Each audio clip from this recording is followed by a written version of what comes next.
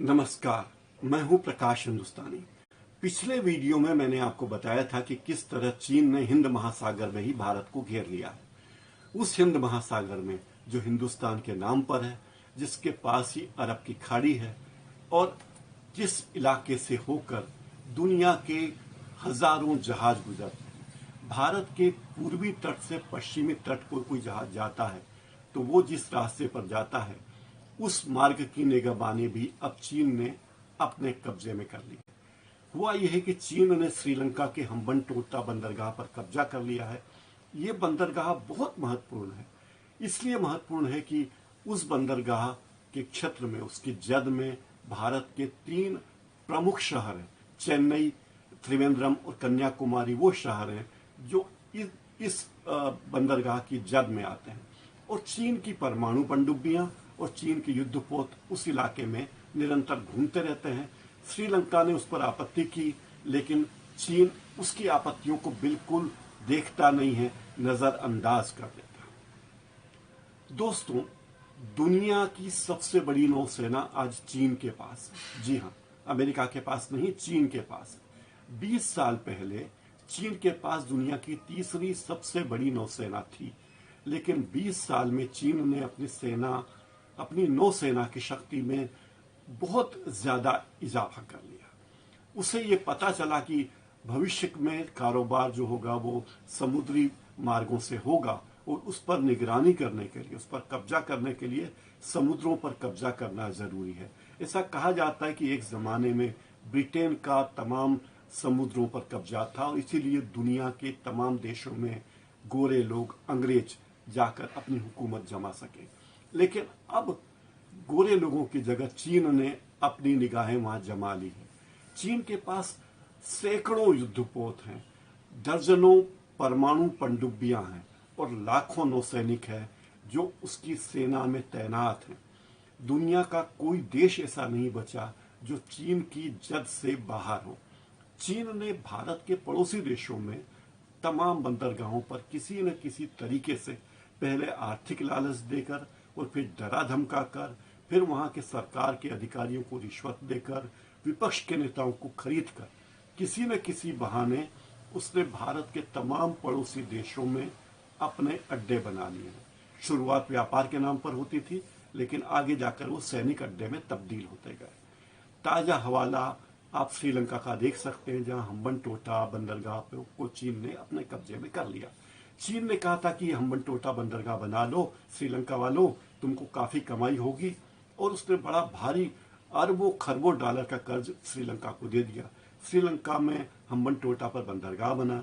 उसे बनाने में भी चीन ने काफी मदद की, लेकिन जब वो बंदरगाह बना तो उससे उतनी कमाई हुई नहीं जितने की श्रीलंका को अपेक्षा थी।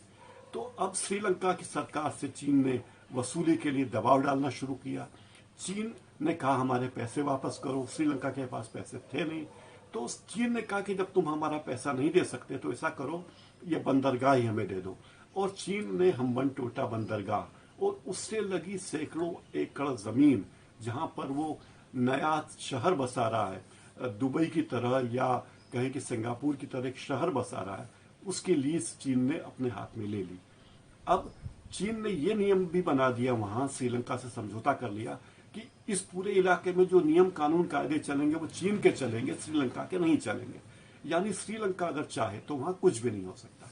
पहले वो जमीन और बंदरगाह 99 साल की लीज पर था, फिर उसमें ऐसे क्लास जोड़े गए कि अगर चीन चाहे तो उस लीज को 99 साल तक और बढ़ा सकता है, तो वो चीन बढ़ाएगा ही।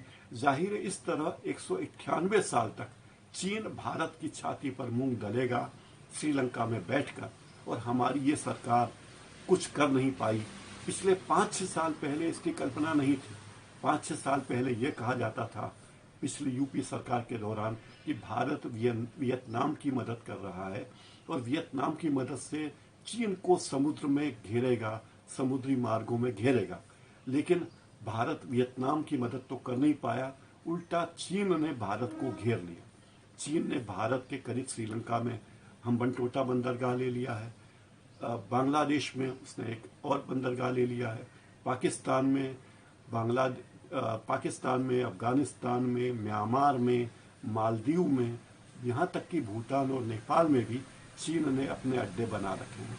कहीं सैनिक अड्डे हैं, कहीं नौसैनिक अड्डे हैं, और बहाना वही है कि हम किसी न किसी तरह क्षेत्र का विकास चाहते हैं। चीन के पास दर्जनों परमाणु सबमरीन हैं, यहाँ सैकड़ों युद्धपोत हैं, लाखों सैनिक हैं, लेकिन भारत के पास क्या है? भारत के पास तो एक भी परमाणु पनडुब्बी नहीं है। जी हाँ मित्रों, भारत के पास एक भी परमाणु पनडुब्बी नहीं है।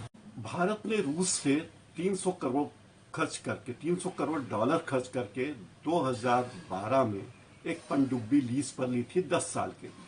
उसका नाम था INS चक्र।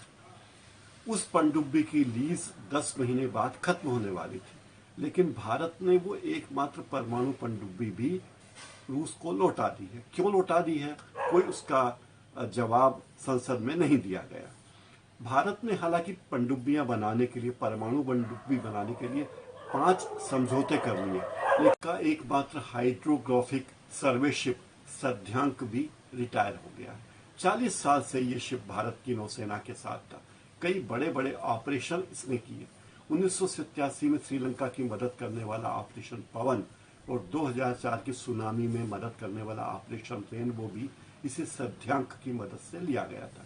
26 जनवरी 1981 को ये सबमरीन भारतीय सेना में शामिल किया गया था और इसने 200 से ज्यादा बड़े बड़े सर्वे में हिस्सा लिया था। लेकिन अब सध्यांक भी हमारी नौसेना में नहीं है, यानी हमारी सेना के पास कोई परमाणु पनडुब्बी नहीं है, कोई हाइड्रोग्राफिक सर्वे शिप नहीं है, लेकिन फिर भी हम दावा करते हैं कि हम दुनिया की सबसे बड़ी, सबसे शक्तिशाली देशों की सेना में है, क्योंकि हमारे सैनिक बहादुर हैं। हमारे सैनिकों की बहादुरी में कोई शक नहीं, लेकिन पनडुब्बी का काम तो पनडुब्बी ही करेगी, सैनिक नहीं कर सकता। इसलिए हमारी सरकार को चेत जाना चाहिए। ये हमारे देश की सुरक्षा के लिए बहुत बड़ा खतरा है, और अगर हमने अभी यहाँ ध्यान नहीं दिया तो अगले 200 साल तक हमें चीन का मुकाबला करने में मुश्किलें पेश आएंगी। आज इस वीडियो में इतना ही। आप मेरे इस वीडियो को लाइक कीजिए, शेयर कीजिए, सब्सक्राइब कीजिए और बेल आइकन जरूर दबा दीजिए ताकि मेरे चैनल पर आने वाले वीडियो की सूचना आपको मिलती रहे। धन्यवाद।